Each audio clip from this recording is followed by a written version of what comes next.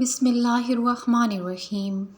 السلام علیکم Islamic save کے پیارے ناظرین، آج کی اس ویڈیو میں ہم بات کریں گے حضرت ابوبکر صدیق رضی اللہ تعالیٰ عنہ کی۔ رسول کریم صلی اللہ علیہ وسلم کے اولین جانشین اور خلیفہ اول کو تاریخ میں ابوبکر صدیق کے نام سے یاد کیا جاتا ہے۔ ابوبکر ان کی کنیت تھی جبکہ صدیق لقب تھا۔ اصل نام عبداللہ تھا۔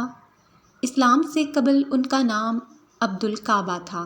قبول اسلام کے بعد خود رسول اللہ صلی اللہ علیہ وسلم نے ان کا نام عبد الکعبہ سے تبدیل کر کے عبداللہ رکھ دیا تھا۔ بچپن سے ہی عتیق کے لقب سے بھی مشہور تھے، جبکہ قبول اسلام کے بعد مزید یہ کہ ایک موقع پر رسول اللہ صلی اللہ علیہ وسلم نے انہیں مخاطب کرتے ہوئے یہ خوشخبری سنائی تھی، انت عتیق اللہ من النار، یعنی آپ اللہ کی طرف سے جہنم کی آگ سے آزاد کردہ ہیں۔ البتہ بعد میں عتیق کے بجائے ہمیشہ کے لیے صدیق کے لقب سے مشہور ہو گئے۔ حضرت ابوبکر صدیق مکی تھے، قریشی تھے، مہاجر تھے۔ قبیلہ قریش کے معزز خاندان بنو تیم سے ان کا تعلق تھا، جبکہ مکہ کے مشہور محلہ مسفلہ میں آباد تھے۔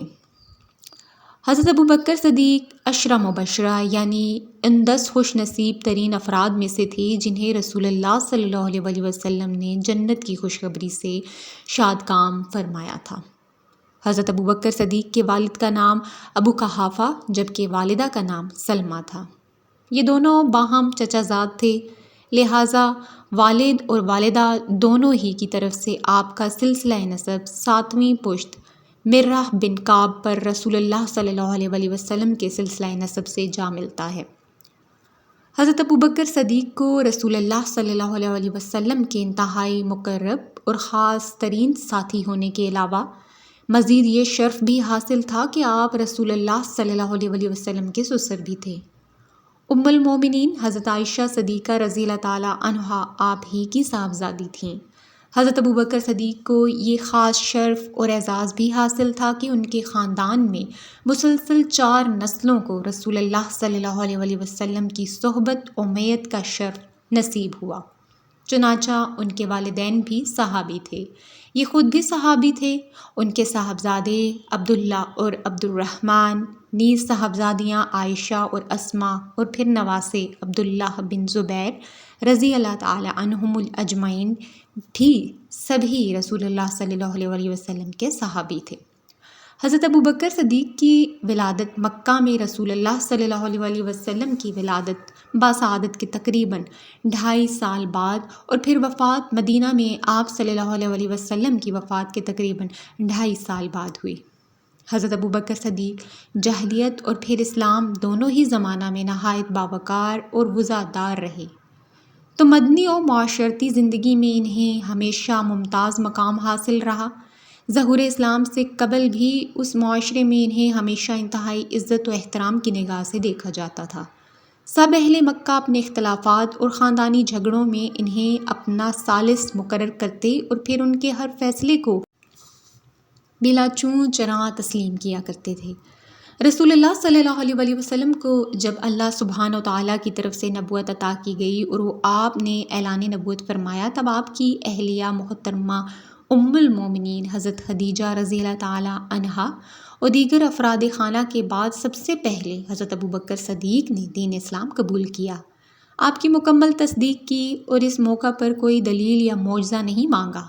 حضرت ابوبکر صدیق کا ظہور اسلام سے قبل ہی رسول اللہ صلی اللہ علیہ وسلم کے ساتھ بہت گہرا تعلق تھا۔ دونوں میں بہت قربتیں تھیں اور ایک دوسرے کے گھر آمد و رفت کا سلسلہ رہتا تھا۔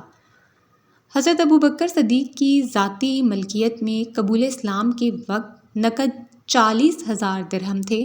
قبول اسلام کے بعد انہوں نے اپنی یہ کل پونجی رسول اللہ صلی اللہ علیہ وسلم کی خدمت اور دین اسلام کی نشر و اشاعت میں صرف کر دی۔ دین اسلام کے ابتدائی دور میں متعدد ایسے افراد جو کہ غلامی کی زنجیروں میں جکڑے ہوئے تھے اور دین اسلام قبول کر لینے کی وجہ سے اپنے مشرک آقاؤں کے ہاتھوں بدترین عذاب اور سختیاں جھیلنے پر مجبور تھے، انہیں حضرت ابوبکر صدیق نے اپنی جیب خاص سے نقد رقم ادا کر کے ان کے مشرک آقاؤں سے خرید لیا۔ اور پھر اللہ کی خوشنودی کی خاطر انہیں آزاد کر دیا۔ قرآن کریم کی درج ذیل آیت میں اسی بات کی طرف اشارہ کیا گیا ہے جس کا ترجمہ ہے، اور ایسا شخص اس جہنم سے دور رکھا جائے گا جو بڑا پرہیزگار ہوگا، جو پاکی حاصل کرنے کے لیے اپنا مال دیتا ہے۔ کسی کا اس پر کوئی احسان نہیں کہ جس کا بدلہ دیا جا رہا ہو، بلکہ صرف اپنے پروردگار بزرگ و بلند کی رضا چاہنے کے لیے۔ یقیناً وہ اللہ عنقریب راضی ہو جائے گا۔ مفسرین کے بقول اس آیت کا مفہوم اگرچہ عام ہے، یعنی جو کوئی بھی محض اللہ کی رضامندی و خوشنودی کی خاطر اپنا مال خرچ کرے گا وہ جہنم کی آگ سے محفوظ رہے گا۔ البتہ بطور خاص اس سے حضرت ابوبکر صدیق کی طرف اشارہ بھی مقصود ہے۔ اس کے علاوہ حضرت ابوبکر صدیق کا اس معاشرے میں کافی اثر و رسوخ تھا اور حلقہ احباب بھی کافی وسیع تھا، لہٰذا انہیں اللہ کی طرف سے ہدایت کی شکل میں جو خیر نصیب ہوئی تھی اسے انہوں نے خود اپنی ذات تک محدود رکھنے کے بجائے اس اثر و رسوخ سے فائدہ اٹھاتے ہوئے دوسروں تک پہنچانے کی کوشش بھی نہایت سرگرمی اور جذبے کے ساتھ شروع کر دی۔ چنانچہ ان کی ان دعوتی و تبلیغی کوششوں کے نتیجے میں اس معاشرے کے متعدد ایسے بڑے بڑے اور بااثر افراد مشرف با اسلام ہو گئے جو آگے چل کر دین اسلام کے بڑے علم بردار اور اس قافلہ توحید کے سپہ سالار ثابت ہوئے۔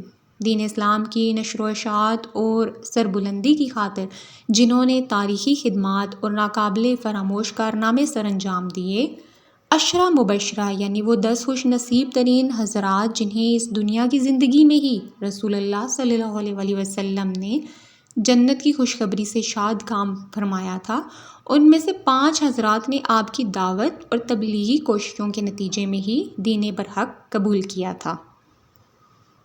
ناظرین، آج کی اس ویڈیو میں ہم نے آپ کو حضرت ابوبکر صدیق کے بارے میں کچھ معلومات فراہم کی۔ یقیناً آپ کو آج کی ویڈیو پسند آئی ہوگی۔ اگر آپ ہمارے چینل اسلامک سیو پہ نیو ہیں تو ابھی چینل کو سبسکرائب کر کے بیل کے بٹن کو پریس کر دیں تاکہ ہر نئی ویڈیو کا نوٹیفیکیشن آپ کو مل سکے۔ Thanks for watching this video. دعاؤں میں یاد رکھیے گا، اپنا بہت سارا خیال رکھیے گا۔ اللہ نگہبان۔